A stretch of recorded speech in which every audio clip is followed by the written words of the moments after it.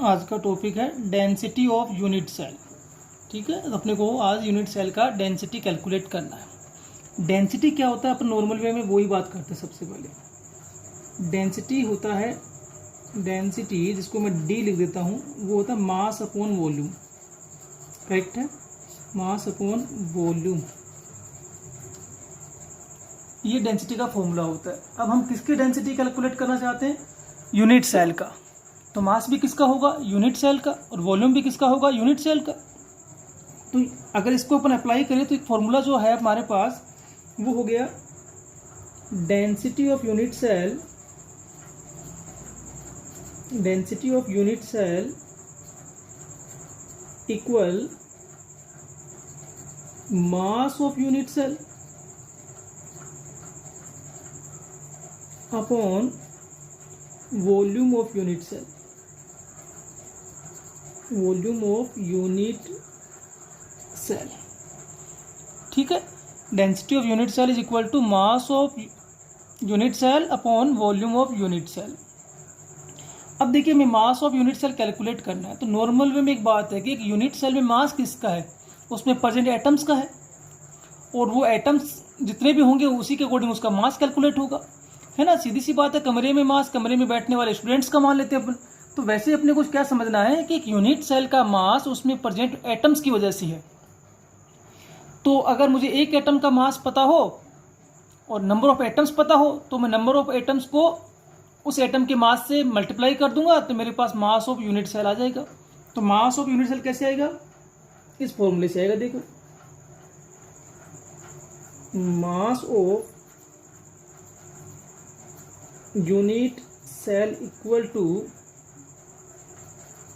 Number of atom per unit cell, इसको Z से लिखा जाता है, into mass of one atom, जिसको मैं स्मॉल m से लिख देता हूँ। तो यदि मुझे mass of unit cell calculate करना है तो मेरे पास एक फॉर्मूला है, और फॉर्मूला क्या है? Number of atoms per unit cell into mass of one atom, यानी कि एक एटम के मास को नंबर ऑफ एटम के साथ मल्टीप्लाई कर दें तो mass of unit cell calculate हो जाएगा। ठीक है, अब देखिए, एक एटम का मास बड़ा टिपिकल वर्क है। जैसे सोडियम, नॉर्मल वे में हम सोडियम का मास 23 ग्राम बोल देते हैं। 23 ग्राम सोडियम के एक एटम का मास नहीं है, वो सोडियम के 1 मोल एटम्स का मास है। 1 मोल है ना, वो ग्राम में लिखा जा रहा है। तो याद रखना कि नॉर्मल वे में जो मास हमें मिलता है क्वेश्चंस में, वो 1 मोल का मोलर मास मिलता है। तो 1 एटम का मास कैसे निकालेंगे? तो एक फॉर्मूले से कैलकुलेट करेंगे। मास ऑफ 1 एटम है ना, स्मॉल m जिसको आपने डिनोट किया था, वो इक्वल है मोलर मास, जिसको मैं लिख देता हूं कैपिटल M से, upon molar mass upon Avogadro number. ठीक है, NE। नॉर्मल वे में एवोगाद्रो नंबर कितना होता है वो आप सब जानते हो, है ना। क्योंकि मैंने पहले कहा ना कि मोलर मास जो होता है वो कितने मोल एटम्स का होता है? 1 मोल का। और 1 मोल में कितने एटम होते हैं? अवोगाद्रो नंबर के इक्वल होते हैं। तो मैं मोलर मास को यदि अवोगाद्रो नंबर से डिवाइड कर देता हूं तो मेरे पास एक एटम का मास आ जाएगा। कोई कंफ्यूजन का विषय नहीं इसमें। तो ठीक है, तो अब देखते हैं अपन, ये तो हो गया अपना पहला काम। क्या मिल गया मुझे? Mass of unit cell. तो मुझे मिल गया कैसे?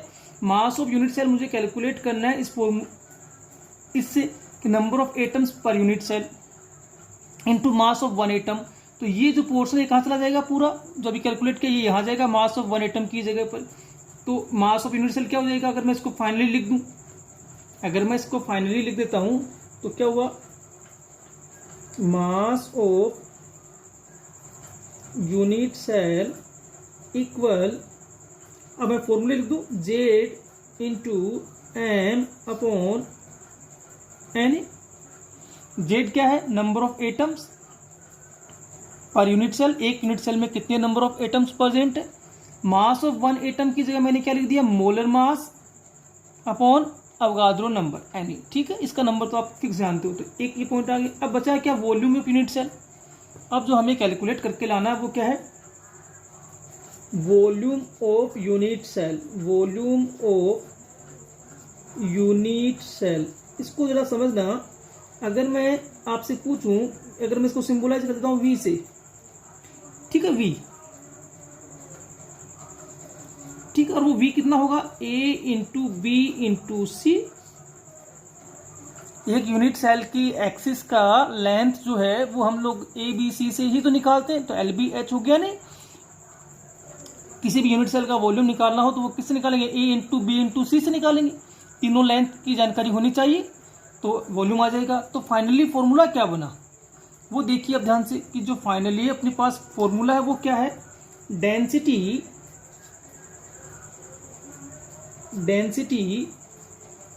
जो डी है वो इक्वल है मास ऑफ यूनिट सेल, तो उसका अमाउंट रखो Z into M upon N A. Upon में क्या है, वॉल्यूम ऑफ यूनिट सेल, तो इंटू वी। तो this is the final formula. किसी भी यूनिट सेल का डेंसिटी कैलकुलेट करना हो तो किस फॉर्मूले से करेंगे, density equal to Z into M upon N A into V, जहां जेड क्या है, Z is the number of atoms per unit cell, M molar mass of atoms, molar mass है, N A Avogadro number, and V volume of unit cell. M upon N A किसको denote कर रहा है, वो mass of one atom को denote कर रहा है। बड़ी इंटरेस्टिंग बात ये होगी कि कंडीशंस को थोड़ा सा बदल लेते हैं हम लोग, ठीक है, थोड़ा सा चेंज करते हैं। चेंज क्या करते हैं, देखिए, if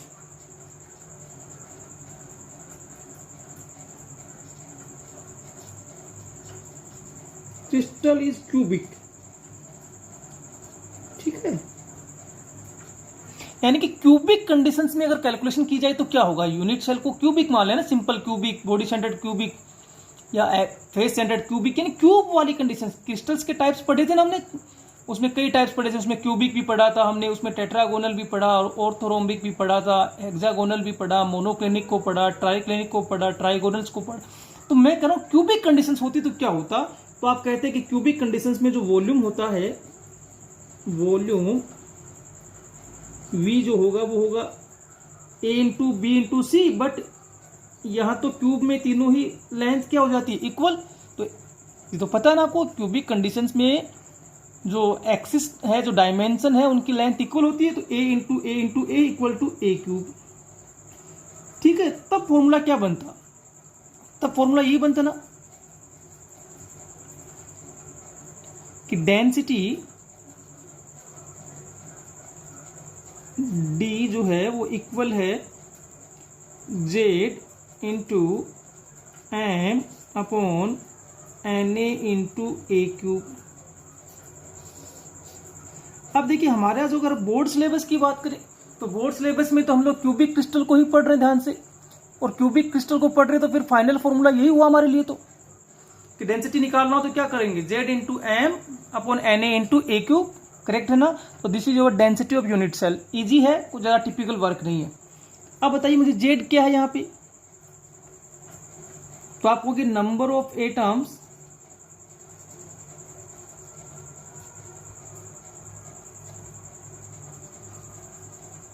present in unit cell, correct है, प्रेजेंट इन यूनिट सेल। उस यूनिट सेल में नंबर ऑफ एटम्स, और वो हम कैलकुलेट कर सकते हैं, हमें पता है, हमें याद है ना कि कॉर्नर्स पे होंगे तो 8 इंटू 1/8 के फॉर्मूले से होगा, सेंटर पे है तो सेंटर पे कॉन्ट्रीब्यूशन 1 ही रह जाएगा। याद है ना, बीसीसी में 2 एटम्स होते हैं, एफसीसी में 4 एटम्स होते हैं, कैलकुलेशन आती है इजी वे में, पिछले जो वीडियोस दिए उसमें हमने पढ़ रखा है उनको। एम जो है वो है मोलर मास ऑफ सब्सटेंस, है ना, उसमें किसके एटम्स है, कॉपर है तो कॉपर का मोलर मास होगा, अगर सिल्वर के एटम्स हैं तो सिल्वर का मोलर मास होगा, सोडियम है तो सोडियम का मोलर मास होगा। Na जो होता है वो आप जानते हो, वो एवोगाद्रो नंबर है, ठीक है, जिसकी क्वांटिटी फिक्स होती है 6.023 इंटू 10⁻23, बताने की जरूरत ही नहीं है। इसके बाद क्या है, ए क्यूब है, तो ए क्यूब तो वॉल्यूम है, पर ए क्या है, ए है लेंथ ऑफ एक्सिस, है ना, नॉर्मल वे में अपन लोग उसको क्या कह सकते हैं, ए जी। तो ये बेसिक इंफॉर्मेशन आपको मिल गई, कोई डाउट नहीं है। तो हमें मेनली इस फॉर्मूले को फोकस करना है, यूँ समझिए अपने को मेनली किस फॉर्मूले पे जाना है, इस फॉर्मूले पे जाना है, क्योंकि हमारे सिलेबस में तो क्यूबिक क्रिस्टल्स है, इजी है, इजीली तौर पे अपन इसको कैलकुलेट भी कर सकते हैं, ठीक है। एक जो बड़ी बात है वो ध्यान रखना, अभी मैं आपको थोड़ी सी जानकारी दे देता हूँ, वो ये है कि हम लोग नंबर ऑफ एटम कैलकुलेट करना जानते हैं, है ना, फॉरनर्स पे होगा तो कंट्रीब्यूशन क्या होने वाला है सब हमें पहले से पता है। और नंबर ऑफ एटम्स हम लोग अगर कैलकुलेट कर लेंगे तो हम उन एटम्स का रेशियो भी बता देंगे कि पी कितना, मान लीजिए सपोज कर लीजिए एक यूनिट सेल में पी एटम्स भी है और क्यू एटम्स भी है, तो हम बता देंगे पी कितने हैं और क्यू कितने हैं, तो उनका रेशियो बता देंगे। तो याद रखना एक बात को, जो मैं लिख रहा हूँ उसको ध्यान से,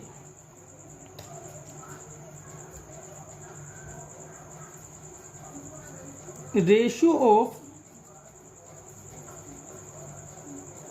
atoms in a unit cell, ratio of atoms in a unit cell is as equal as ratio of atoms present in compound molecular formula, ठीक है। तो याद रखना इस बात को कि कंपाउंड के मोलिकुलर फॉर्मूला में जो एटम रेशियो है वही एटम रेशियो मिलेगा आपको यूनिट सेल में। यानी कि अगर आपने यूनिट सेल में एटम का रेशियो कैलकुलेट कर लिया तो उसका एक बेनिफिट आपको ये मिलेगा कि आप उस कंपाउंड का मोलिकुलर फॉर्मूला बता सकते हो कि वो कंपाउंड क्या है, कैसे। तो एक क्वेश्चन से अपन इसको देखते हैं, देखिए कि कैसे बता पाएंगे, ठीक है। तो हम लोग एक नॉर्मल क्वेश्चन को सोल्व करके देखते हैं। देखिए हम लोग मानते हैं कि, मैं नॉर्मल क्वेश्चन की लैंग्वेज नहीं लिखने वाला, मैं समझा रहा हूँ आपको। हम ये मान लेते हैं कि ए एटम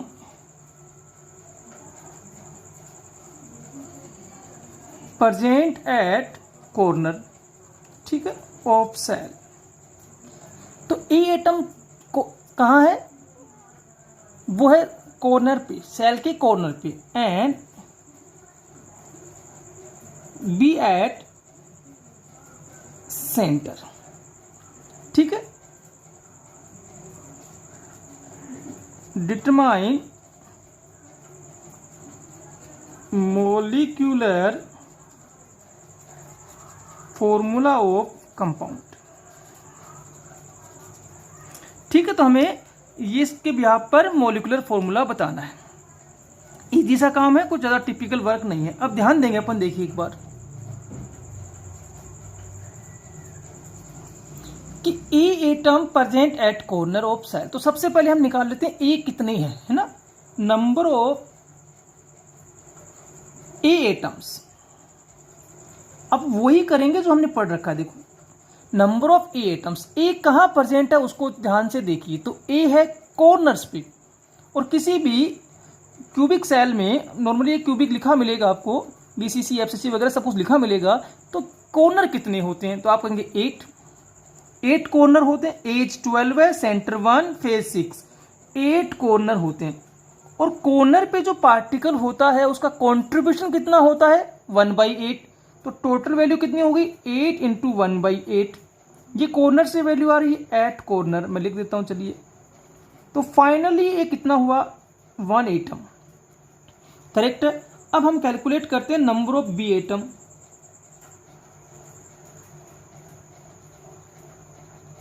अब ध्यान दीजिए क्वेश्चन में बी कहां प्रेजेंट है, तो बी तो केवल सेंटर पे है, और सेंटर कितना होता है यूनिट सेल में, सेंटर तो एक ही होता है, तो 1 × 1 ही रहेगा, क्योंकि सेंटर पे कंट्रीब्यूशन कंप्लीटली 100% होता है, ये हमने पहले से ही पढ़ रखा है।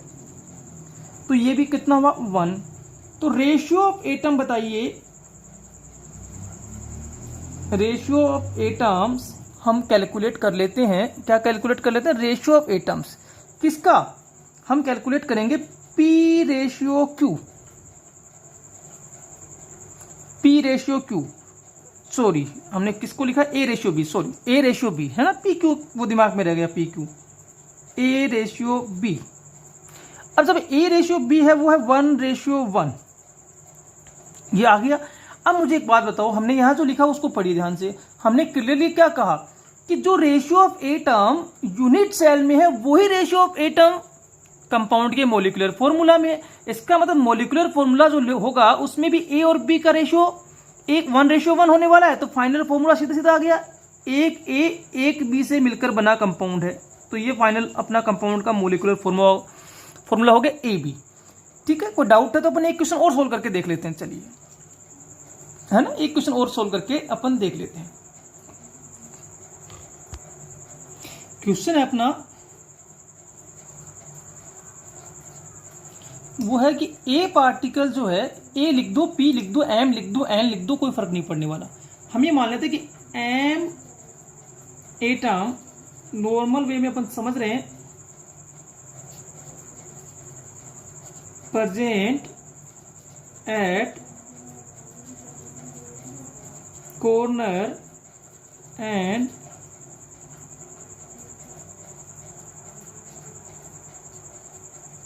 Centre of unit cell. ठीक है, तो M atom present at corner and centre of unit cell and N atom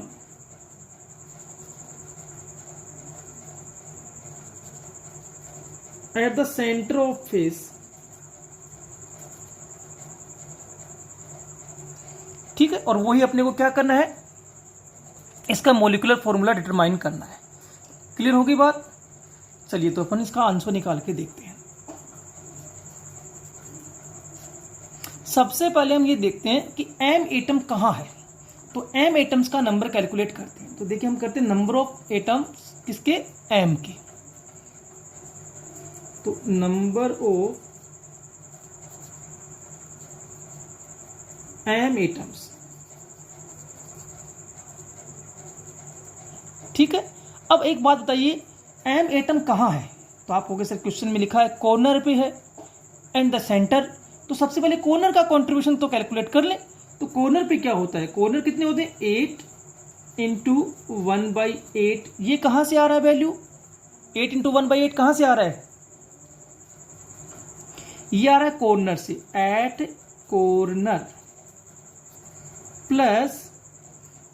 plus में और भी है ना ये कहीं, तो कहाँ है, सेंटर पे भी मौजूद है। अब सेंटर पे 1 और 1 तो 1 ही रहने वाला है क्योंकि सेंटर भी एक होता है और कंट्रीब्यूशन भी वहाँ एक ही होता है। कंप्लीट 100% कंट्रीब्यूट करता है सेंटर पे। तो टोटल कितना आ रहा है देखिए, तो ये हो गया 2 एटम। करेक्ट है क्या, बोलो भाई, सही है ना? तो नंबर ऑफ एम एटम्स कितने आ गए, 2 आ गए। अब आते हैं अपन किस पर, एन पर। तो हम कैलकुलेट करते हैं नंबर ऑफ एन एटम्स। तो देखिए इसने कहा कि N atoms at the centre of face. अब प्रश्न बनता है सर कितनी फेस पर, हाउ मच फेस, फेस तो 6 होते हैं टोटल। ये क्या सभी पर है, 2 पर है, क्योंकि हमने तो दोनों कंडीशंस पढ़ी है एफसीसी में। सभी each face contain 1 atom and the ECC contain on parallel और ऑपोजिट फेस। तो ध्यान देने की बात यह है कि क्या इसने कहा कि N atoms are present at parallel face, नहीं कह रखा, या ऑपोजिट फेस, ऐसा तो नहीं कह रखा। तो वो वाली कंडीशन तो हो नहीं सकती। अगर वो होती तो ये लिखता।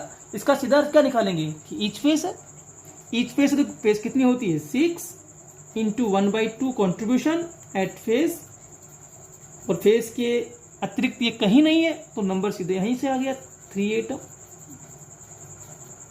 सही है ना? तो नंबर ऑफ एन एटम्स भी आ गया। अब मैं आपसे पूछूं एम रेशियो एन, है ना, रेशियो ऑफ एटम्स, तो वो कितना आ रहा बताइए मुझे। एम कितने हैं, एम है 2, एन कितने हैं 3, तो 2:3। सो फॉर्मूला क्या हो गया कंपाउंड का, बड़ा आसान है। Formula of compound is M2N3, या इसको ऐसे भी लिख देते, कोई फर्क नहीं पड़ता, N3M2। क्यों, क्योंकि M तो 2 ही है, N 3 है, तो N के नीचे स्क्रिप्ट में 3 नंबर, M के 2 नंबर। अब M2N3 लिख दीजिए, चाहे N3M2 लिख दीजिए, उससे कोई फर्क नहीं पड़ने वाला है। ठीक है ना बात।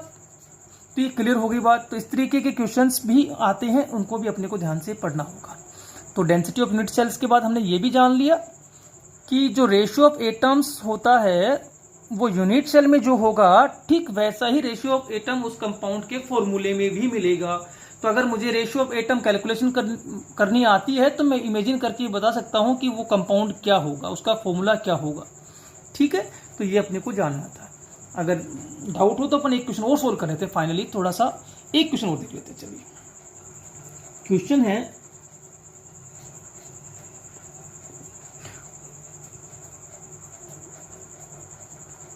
P atom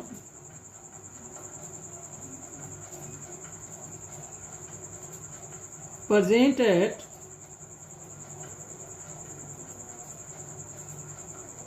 corner of cell and Q atom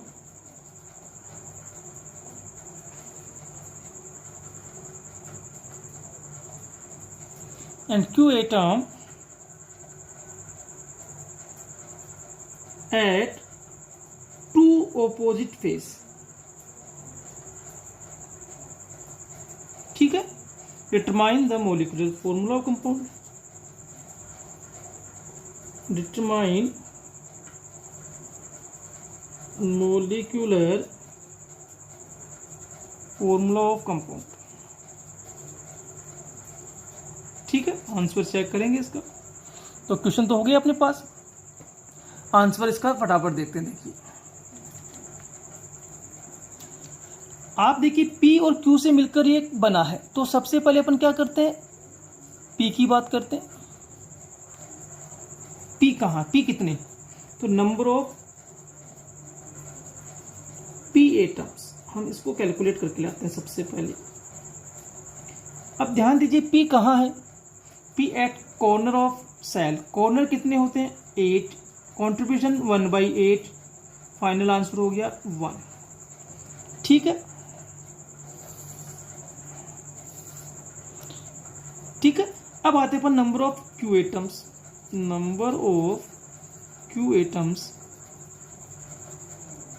वो कहाँ है, एट टू अपोजिट फेस। अब कई बार बच्चे सोचते हैं फेस तो सर ने 6 बताए थे, पर क्या ये सभी 6 फेस पे है, बिल्कुल नहीं है। एट टू अपोजिट फेस, तो 2 ही तो अपोजिट फेस पे है, तो 4 फेस तो वैकेंट है। जब वैकेंट फेस है तो कंट्रीब्यूशन का ही का, वहां से वैकेंट फेस से कोई कंट्रीब्यूशन नहीं है, तो कितने फेस पर है, 2 पर। कंट्रीब्यूशन फेस पर 1/2 ही रहेगा एट फेस, तो यहाँ वैल्यू 2 × 1/2 से 1 ही आएगी। 6 फेस में से 2 फेस पे ही एटम है, 4 फेसेस जो है वो खाली पड़ी है, वैकेंट है, तो ये आ गया 1 एटम। अब ये इसके हिसाब से फॉर्मूला निकालेंगे तो ये रेशियो क्या बना, P ratio Q equal 1:1। So formula is PQ। Compound का फॉर्मूला क्या बन गया, PQ बन गया। क्लियर हो रही क्या बात। तो इस तरीके के क्वेश्चंस पे भी अपने को ध्यान देना है। तो आज हमने डेंसिटी ऑफ यूनिट सेल भी सीख लिया और उसके साथ कुछ क्वेश्चंस को भी सीखा है कि किस तरीके से अगर मैं एटम्स की रेशियो कैलकुलेट कर सकता हूं तो फिर मैं ये भी बता सकता हूं कि उस कंपाउंड का मोलिकुलर फॉर्मूला क्या होगा। ठीक है, नेक्स्ट वीडियो हम लोग जो पढ़ेंगे आगे उसमें हम लोग रेडियस रेशियो को डिस्कस करेंगे। ठीक है, थैंक यू।